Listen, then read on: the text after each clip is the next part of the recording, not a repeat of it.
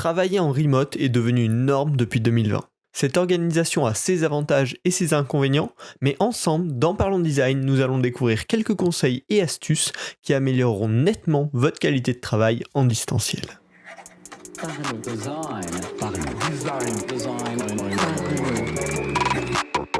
Parlons Design saison 4 est sponsorisé par The Kakatoes Theory, le site des product designers. Salut, c'est Romain, bienvenue dans le podcast Parlons Design. Aujourd'hui, on va donc parler de travailler en remote, du setup remote pour les designers. Je vais vous donner plein de petites astuces pour améliorer votre quotidien et votre organisation. Parce qu'en effet, quand on est au bureau, c'est important, mais quand on est chez soi, c'est encore plus important de bien s'organiser. Parce que si on s'organise bien, derrière, c'est relativement une bonne qualité de vie, et une bonne qualité de vie, c'est une bonne productivité, et si on est bien productif au travail, on est plus content d'avoir terminé notre journée, et du coup on a une meilleure qualité de vie. C'est un cercle vertueux. En tout cas, c'est vraiment important de savoir bien s'organiser, d'optimiser en général son travail en distanciel, tout simplement pour faire du meilleur travail et pour être plus content de soi. Donc dans ce podcast, on va aborder plusieurs thèmes qui chacun vont apporter des petits bonus à des endroits très différents. Dans un premier temps, on va parler de niveau matériel. Qu'est-ce qui peut rendre votre quotidien un petit peu plus simple. Ensuite, on va parler de quelques logiciels, pareil, qui peuvent faire gagner un temps phénoménal ou même aller plus loin, faire gagner du plaisir au travail. Vous allez découvrir ça.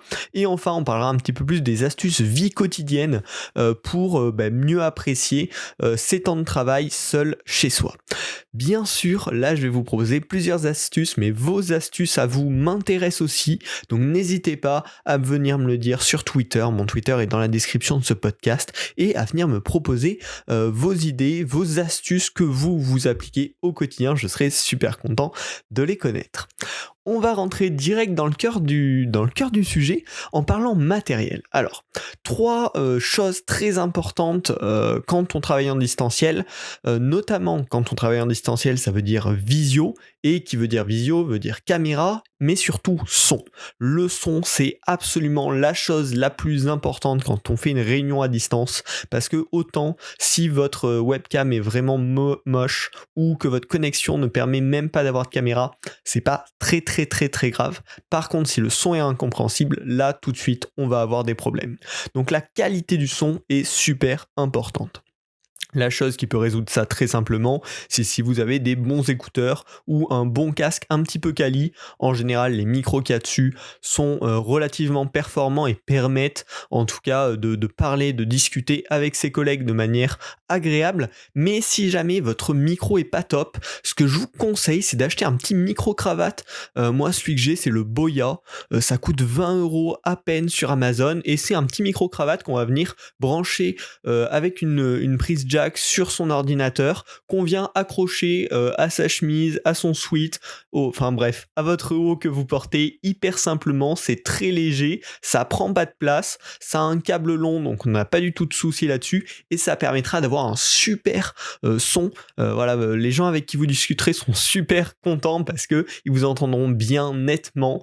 Il y aura pas de souci. En plus, ça isole un petit peu les bruits extérieurs vu que c'est un micro très près de votre bouche. Ça va capter ce que vous dites, mais ça captera pas trop les bruits de fond, donc ça peut être un investissement vraiment très intéressant qui est pas gênant au quotidien et qui va grandement améliorer la qualité de son que vous enverrez aux gens avec qui vous travaillez. Donc je vous le recommande grandement. Il y a plein de petits types de micro-cravates, mais celui-ci à 20€, il fait tout à fait l'affaire et le lien sera dans la description, donc ne négligez pas le son. Le second point, donc quand on parle de visio, on l'a dit, c'est la caméra, votre placement. Là, il y a quelques petites astuces qui aussi peuvent permettre de step up un petit peu la qualité vidéo. La première chose, c'est par rapport au placement de la webcam, qui est souvent le placement de votre ordinateur si vous travaillez sur un ordinateur portable. Il faut toujours essayer de la placer un minimum en hauteur. Ce qui est peu agréable en général pour les autres, c'est quand l'ordi est vraiment bas, qu'on voit votre visage depuis le bas, qu'on voit vos narines, qu'on voit en général toutes les impuretés de votre peau. Donc il faut essayer au maximum de placer la webcam un petit peu en hauteur, en tout cas pas en dessous de soi, avec potentiellement un setup pour surélever l'ordi. Si vous utilisez notamment un deuxième écran, ça peut être très bien de surélever l'ordinateur portable qui sert de tour entre guillemets. En tout cas, pensez à ça au placement de la webcam. Ensuite, le second point niveau vidéo, c'est les sources de lumière. On évite absolument les grosses sources de lumière derrière, genre les fenêtres ou tout ce qui peut produire énormément de lumière, ça fait du contre-jour, c'est super désagréable. Et si vous voulez vraiment avoir une apparence nickel, l'idéal c'est d'équilibrer un petit peu les lumières, notamment si vous avez par exemple une fenêtre à votre droite, essayez d'équilibrer avec une petite lampe à gauche qui va équilibrer les lumières sur votre visage et qui ne fera pas un côté super ombragé et de l'autre côté un côté très illuminé. Donc faut penser à ça, donc s'il y a une fenêtre, jouez avec et placez une lampe de l'autre côté. Si c'est sur un bureau où il n'y a pas spécialement de lumière, où la lumière vient d'en face, ne pas hésiter pareil à rajouter une petite lampe de chaque côté qui apportera un équilibre. En tout cas, faites attention de ne pas avoir de gros écarts de luminosité. C'est ça qui est un petit peu moins agréable, un petit peu moins professionnel. Ensuite, on va quitter la partie visio, on va vraiment revenir sur l'espace de travail. Encore ici, quelques conseils. Le premier, c'est un petit peu bateau, mais on a tendance à le négliger énormément, mais nettoyer son espace de travail, c'est vraiment libérer son esprit et être plus efficace, être plus créatif. Pas se prendre la tête avec tous les petits trucs qu'on a laissé traîner à chaque fois qu'on revient à son bureau, se demander c'est quoi ça. Mieux vaut régulièrement faire un petit peu de nettoyage, un petit peu de tri sur le bureau pour être plus libre, plus agréable. Pareil, le remote c'est quelque chose qui va avoir tendance en tout cas à rester probablement dans le futur, même si c'est peut-être à des doses plus réduites. Donc il ne faut pas hésiter à commencer à réfléchir à se faire un setup confortable pour chez soi. Ça peut être installer un deuxième écran si vous ne l'avez pas encore fait, investir dans une chaise. On parlait tout à l'heure de surélever l'ordi, mais voilà, se trouver un petit setup comme ça pour avoir un bon placement du dos, c'est extrêmement important sur le long terme, et chez soi on ne l'a pas toujours à l'avance. Donc ne pas hésiter à aller faire ses recherches, à aller trouver les bons objets qui vont nous aider à être bien chez soi et à être dans un vrai environnement de travail et pas juste dans un environnement de travail on va dire de fortune en attendant de revenir au bureau, mais vraiment optimiser son lieu de travail. Alors ça, vraiment, va falloir s'adapter à chacun a ses envies, chacun a ses habitudes, mais il ne faut pas hésiter de prendre un petit peu de temps pour faire des recherches, pour améliorer son setup et se sentir tout simplement mieux dans son espace de travail.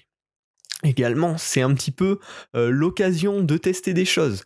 Vous êtes chez vous, vous avez une entière liberté niveau setup. Si vous avez toujours eu envie d'essayer de travailler debout, c'est le moment d'essayer avec peut-être un bureau qui se lève, ou tout simplement si vous avez un bar chez vous ou quelque chose d'un petit peu haut, essayez de travailler dans cette position. C'est super agréable, enfin. Moi, j'aime beaucoup personnellement, donc si c'est quelque chose qui vous tente, n'hésitez pas à le tester, c'est le moment, vous avez cette liberté. Il y a aussi, pareil, des ballons sur lesquels on peut s'asseoir, qui sont relativement bons pour le dos. Ça peut être quelque chose à tester. En tout cas, profitez de cette liberté, de ce lieu qui est totalement à vous, pour expérimenter et pour voir dans quel contexte, dans quel espace est-ce que vous travaillez le mieux, dans lequel vous sentez le mieux. C'est le moment d'essayer, donc n'hésitez pas. On en a terminé avec cette petite partie matérielle. On va passer désormais sur la partie logicielle avec trois astuces, trois conseils qui peuvent bien vous aider.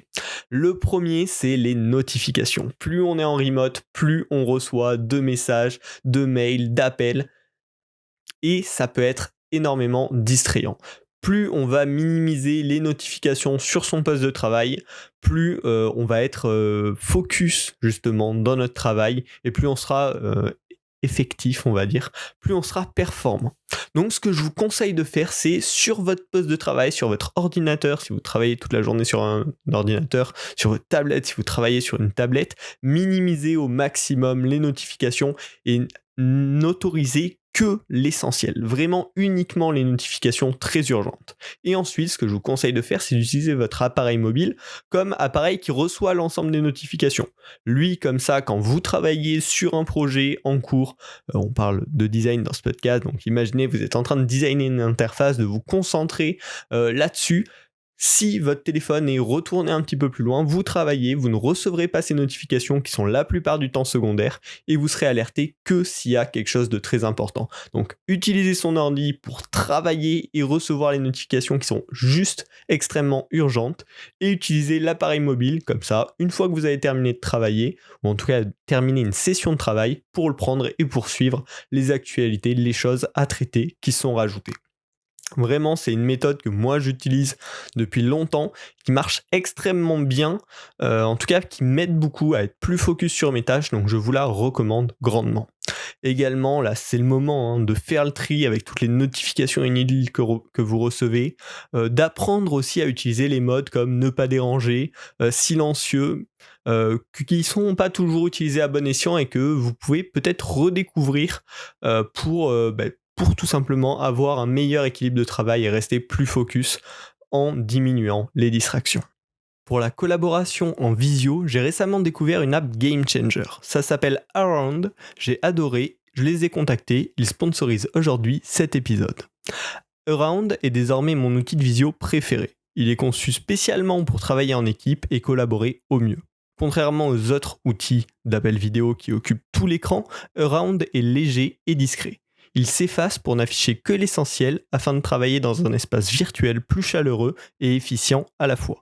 C'est l'outil de visio parfait pour vos sessions de design, de brainstorming ou de co-création.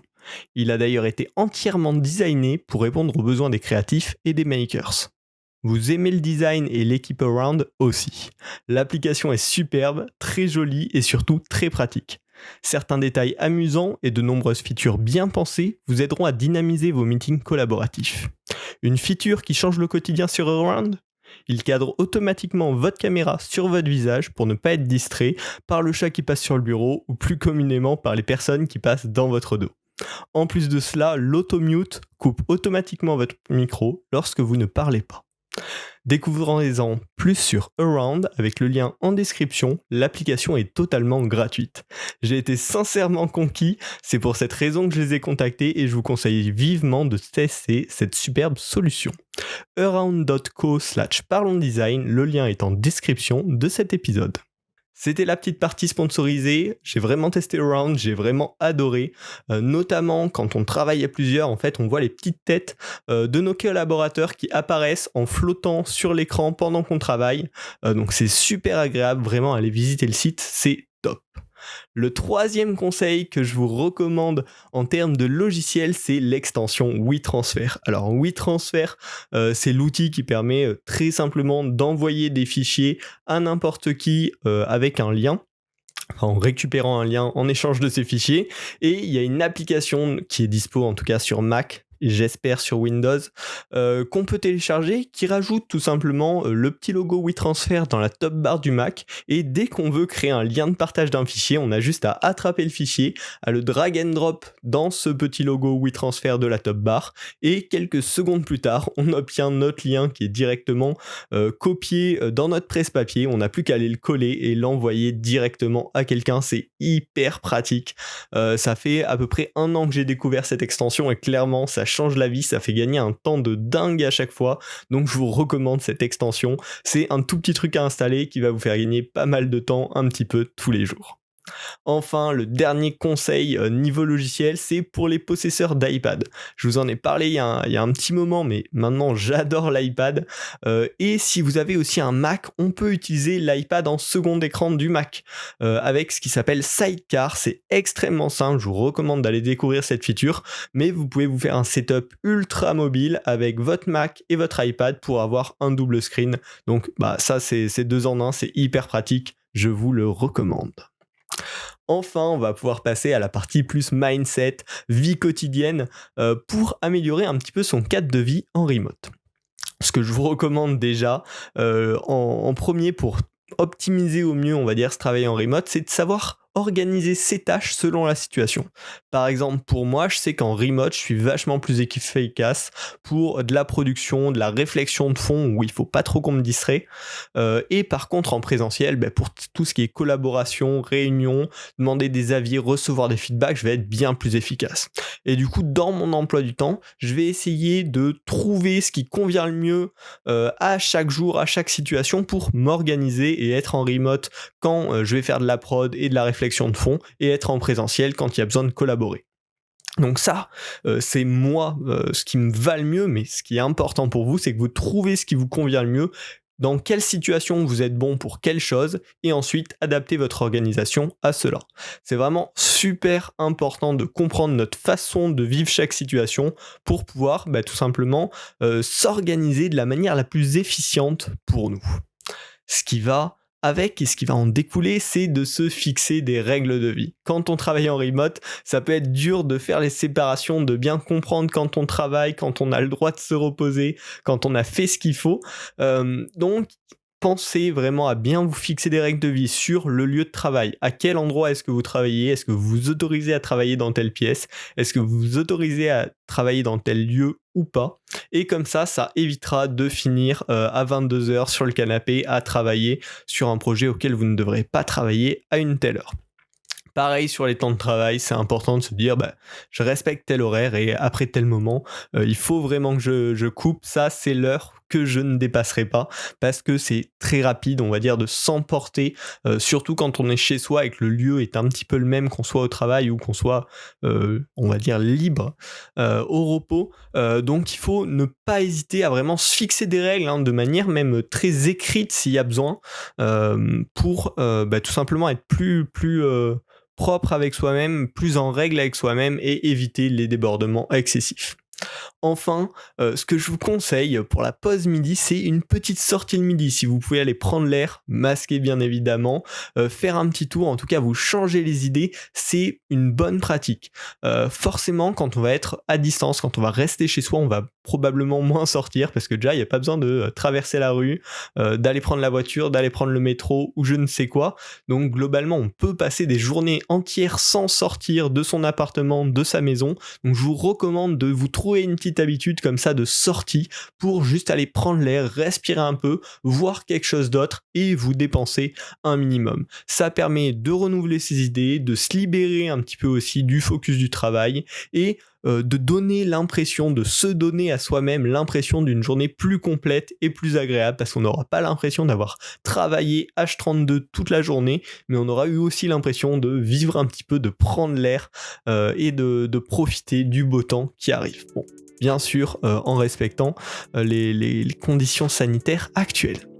Voilà, j'espère que ce podcast vous aura plu, plein de petites astuces qui j'espère pourront vous aider. N'hésitez pas à me partager vos astuces à vous, ça m'intéresse absolument, mon Twitter est en description, j'attends vos messages. La façon de travailler en remote, le travail en remote, c'est vraiment un espace de travail qui risque de rester dans les habitudes et qui a aussi ses avantages. Donc il faut apprendre à les exploiter au mieux et à optimiser, on va dire, tout ça pour l'adapter à sa propre personne. Si tu as aimé ce podcast, n'hésite pas à t'abonner et si c'est déjà fait, partage le podcast sur les réseaux sociaux, sur LinkedIn, sur Twitter. C'est super, ça permet de faire grandir la communauté et puis moi ça me fait toujours plaisir de voir vos messages. On se retrouve la semaine prochaine pour un nouvel épisode du podcast Parlons Design. Salut.